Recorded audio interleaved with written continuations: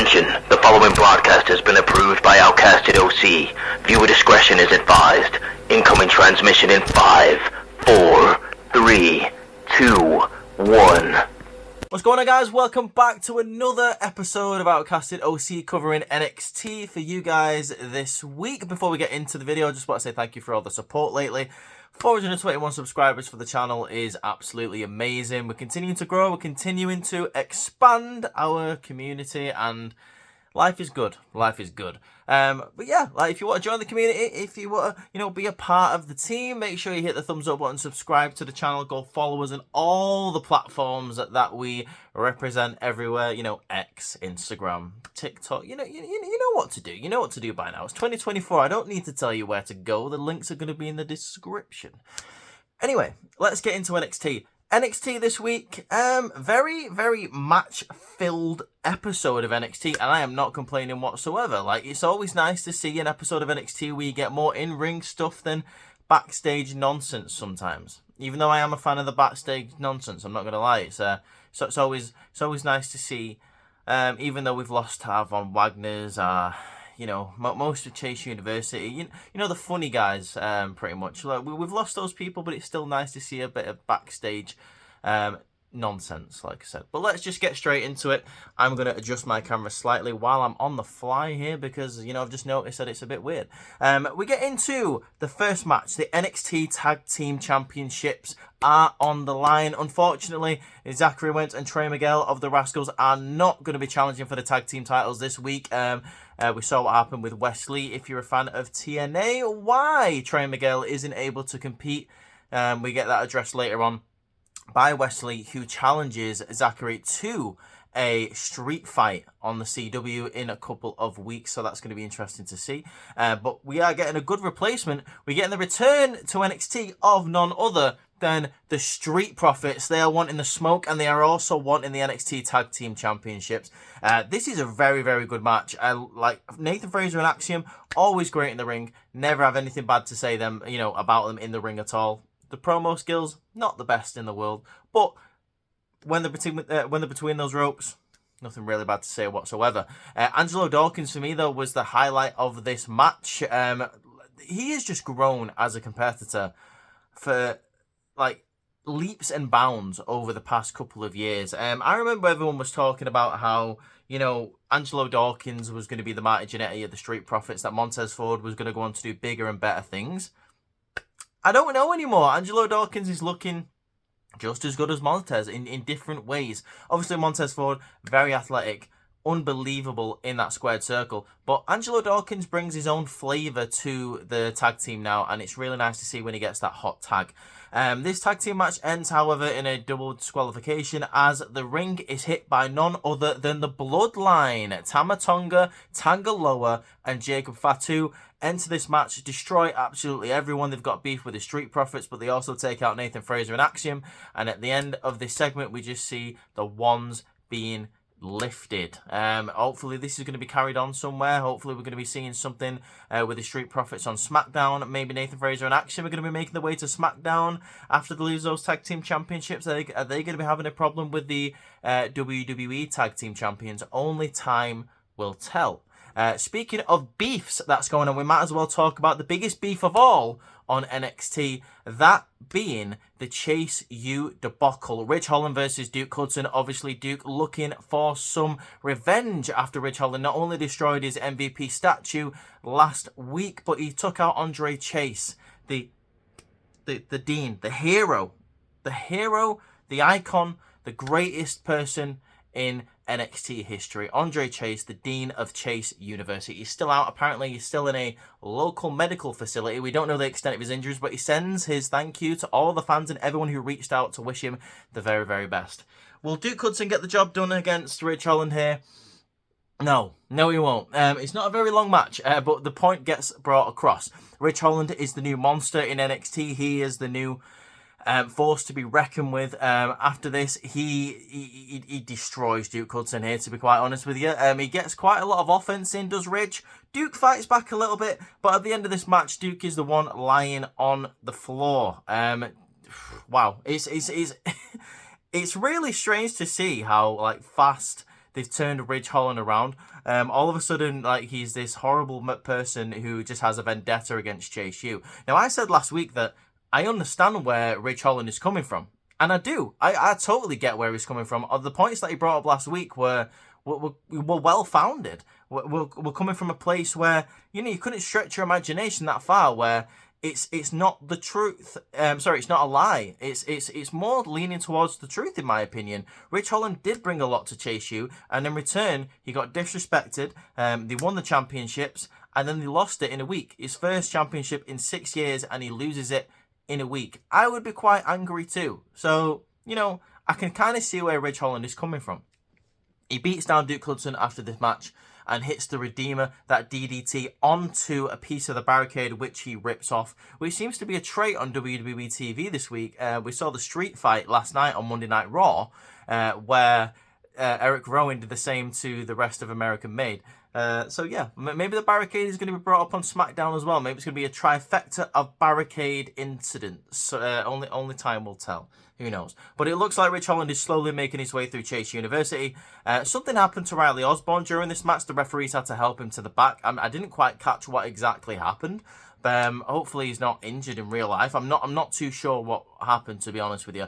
Like I say, let's hope Ridge Holland gets stopped by Riley Osborne. I don't think that's going to happen. I think Ridge Holland is going to be able to smash his way through Chase University. Hopefully until Andre Chase can come back and get some revenge for the U, baby. Because Chase University is the greatest faction in WWE history, and I'll have no arguments against that.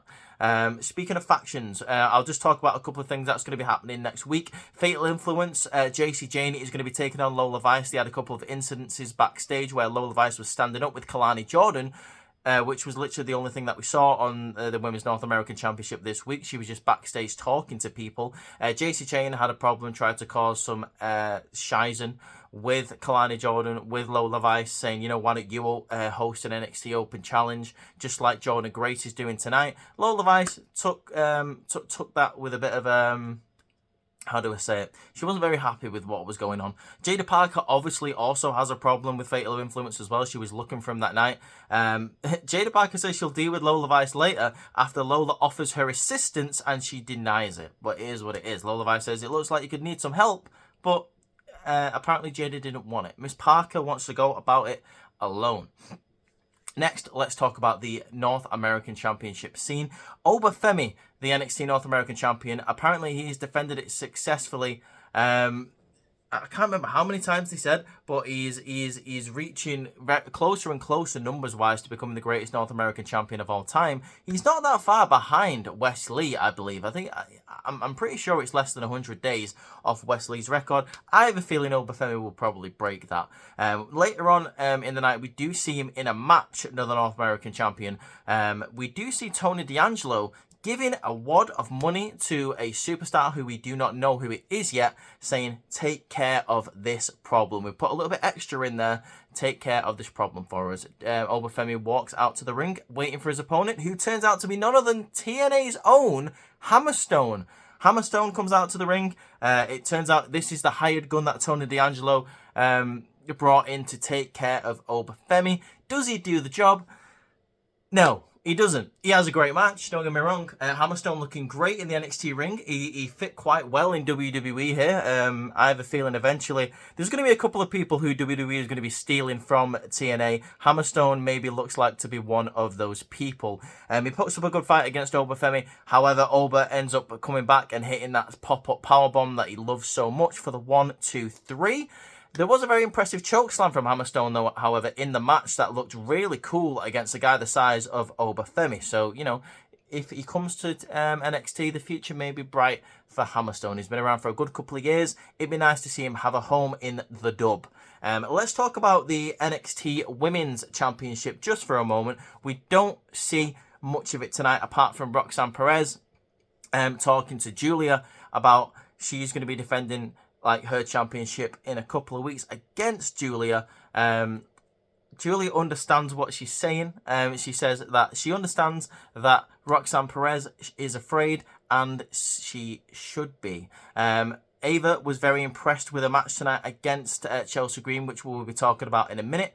And I like the fact that there's a translator there for Julia. I think it's cool that we're not just like trying to make these people who don't speak good English speak English. I think it's quite nice. I mean, yeah, there's people from different parts of the world, WWE. We should have been doing this for years with people like Asuka, with people like Io Sky, with people like Kairi Sane.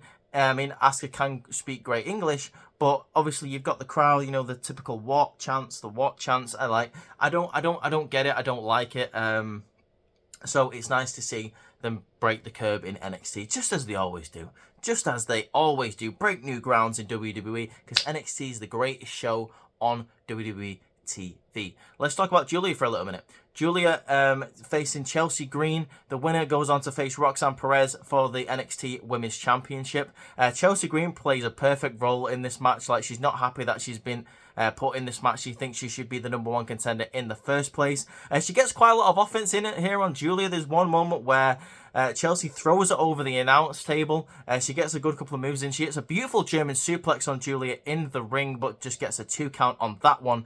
However, Julia comes back and ends up hitting a beautiful Northern Lights powerbomb, which I have never seen before. I've never seen Julia really wrestle, to be honest with you, for the 1, 2, 3. Julia goes on to face Roxanne Perez at whatever pay-per-view it is. I am not 100% sure. Next, let's talk about the Heritage Cup, because we get a Heritage Cup match tonight. Javon Evans versus Charlie Dempsey. Again, another absolutely beautiful match. Charlie Dempsey able to get the first fall here with a bridged suplex, a dragon suplex for the 1, 2, 3. Javon Evans is down 1-0. Javon manages to get the upper hand in the 3rd round and hit that beautiful splash that he basically hits. I'm not even sure what he calls it. I don't think he's got a name for it yet, but he gets the 1, 2, 3. However, the match comes to an end in about, I think it's believed round 5, where Javon Evans throws Charlie Dempsey back in the ring, ready to take care of business, ready to carry on the offense. When he is hit from behind and gets hit with a beautiful, I believe it's like a spinning power slam from Tavion Heights. Who is back from Japan, apparently, throws him back in the ring. Charlie Dempsey is able to hit the 1, 2, 3, retaining his NXT Heritage Cup. Where does Javon Evans go from here? I am not sure. I don't think his business is done with the NQCC, but only time will tell. It's nice to see Tavion Heights back. It's nice to see Charlie Dempsey having a lovely, beautiful Heritage Cup match as usual. He's one of my favourites in NXT, and I think I need to see him in the ring a little bit more often. Speaking of seeing people a little bit more often, I hope we get to see Jordynne Grace a little bit more often, because we get a TNA Knockouts Open Challenge here. Jordynne Grace obviously announced this last week that she's going to be putting this on, and it is answered by no other than Sol Ruka. Now, this is a very interesting match, a really, really cool match to see. I really wanted to see the end of this. Obviously, Jordynne Grace was never going to lose this match, but I really wanted to see the conclusion of this match, because it is interrupted, unfortunately, by the weird duo of Rosemary and Wendy Chu. Now, during this match, I'd like to tell you about the comparisons of styles here. Obviously, Sol Ruka is a high flyer. She uses her flexibility to try and get the upper hand. Jordynne Grace is just a powerhouse through and through. The styles meshed beautifully in this match. Sol Ruka, this is really one of her coming out parties, in my opinion. I thought this was probably one of the best matches that she's had on NXT so far. So it's nice to see that they're elevating her. They're really getting her to the place where she needs to be. I want to see it in a championship situation sooner rather than later, either for the Women's North American Championship or the NXT Women's Championship. I would quite like to see her with a title around her waist. However, Jordynne Grace, like I say, she was never going to lose this match. Vic Joseph brought up an interesting fact on commentary here, that this will be Jordynne Grace's 15th defense of the Women's Knockouts Championship. The record is 17, so she's getting very close. If she can defend it 3 more times, she will break the record. I'm not sure who that's held by. My guess would probably be Mickie James or someone like that, but I honestly don't know. I'm not the biggest TNA head here. If anyone knows the exact answer, let me know in the comments. I would quite like to know who has defended the Knockouts Championship the most in TNA. That would be interesting to hear about. Let's just talk about Rosemary and Wendy Chu for a second, okay? Because I like the pairing. I really like the fact that they're using Rosemary, who had a really good promo package, by the way, her and Wendy Chu during this broadcast. It was very, very cool to see. Like, it was very creepy. It was one of the creepier things that I've seen on WWE TV outside of the White Six for a good long time. So, here's my thing with it. What are we doing with the Unholy Union on the main roster then? Because Alba Fire and Isla Dawn are supposed to be the spooky people. And then we've got the White Six, who are also the spooky people. Have we got more spooky people in NXT? The spookies are taking over. I would bring Alba Fire and Isla Dawn down to NXT and have a spooky faction of Rosemary, Wendy Chu, Isla Dawn, and Alba Fire. I think that would be an interesting little pairing, like a little faction to have. Let me know what you guys think in the comments. I think that would be really, really cool to see. As for what's going on with Kalani Jordan's North American Championship, I'm not sure where that's going to go. There's a lot of people that are interested at the moment because everything is intertwined. We saw Lyra Valkyria and Tatum Paxley talking about Rosemary and Wendy Chu here. However, Wendy Chu and Rosemary just attacked Sol Ruka, who is good friends with Kalani Jordan, who is interested in the Women's North American Championship as well. So all of these things are intertwined. It's going to be interesting to see where it goes in the next couple of weeks. Let's talk about a couple of things that happened backstage. I just want to go briefly over them because some of them were just like things that are just kind of nothing burgers. We had Dion Nix or whatever his name is, the guy who basically told Brooks Jensen that Sean Spears is gaslighting him a couple of weeks ago. This conversation continues.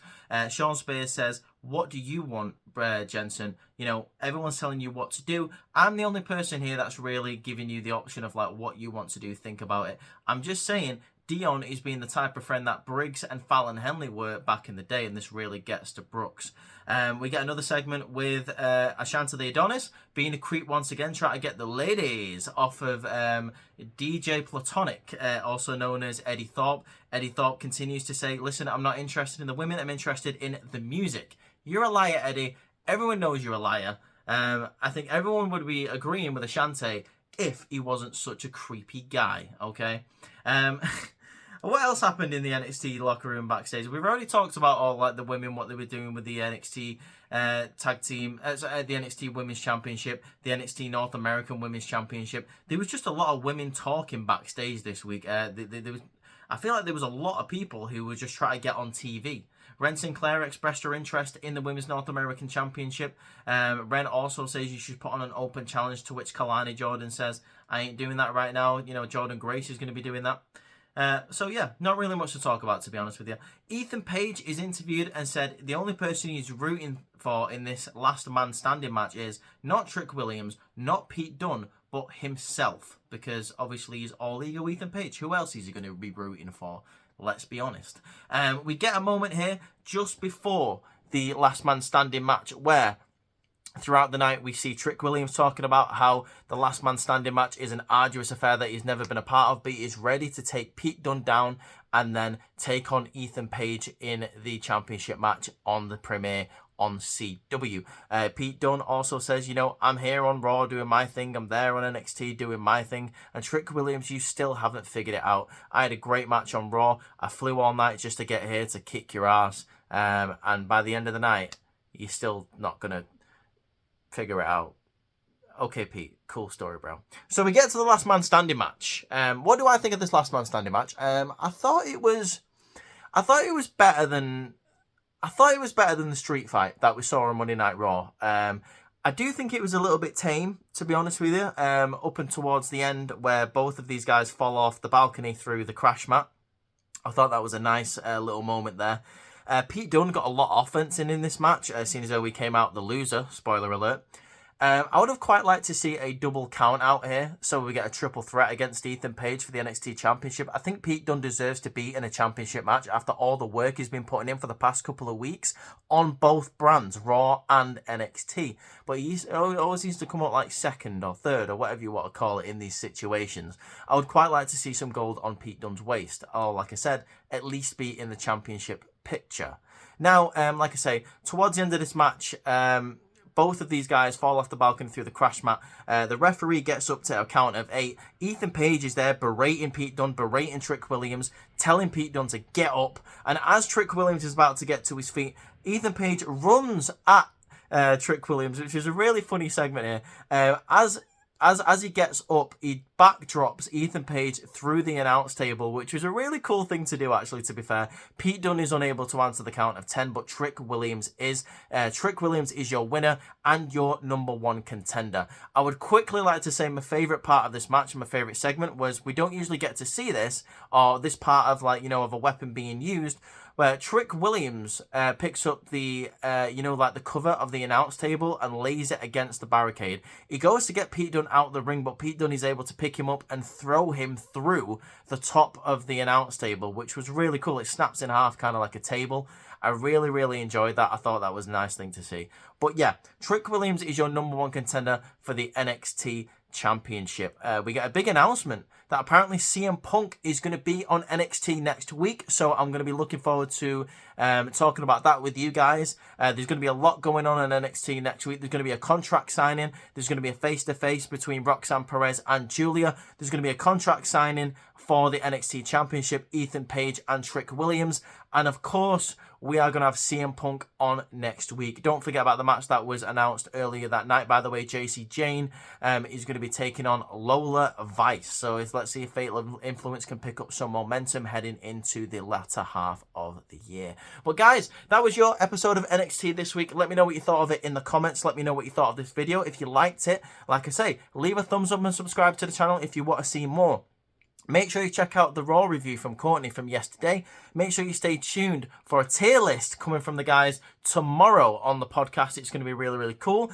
Me, Ross, and G. Courtney is unable to attend. Unfortunately, we're going to be missing her, but we're still going to be bringing an episode for you guys. But she is going to be covering SmackDown for you on Saturday morning or Friday night, depending on when she wants to do it. I mean, you know, Australia, like that kind of area. She's from New Zealand. You know what their times are like. I'm sorry, I nearly said Courtney was from Australia then. She is from New Zealand. Courtney, if you're listening to this, I deeply apologise for my near mistake there. But guys, if you want to see more of Courtney, more of me, more of G, more of Ross, you can go follow us on Instagram, X, and on TikTok. Our individual channels will also be available in the description down below as well. But for now, I hope you have an absolutely amazing Wednesday. I hope you enjoyed NXT, and hopefully we will see you tomorrow.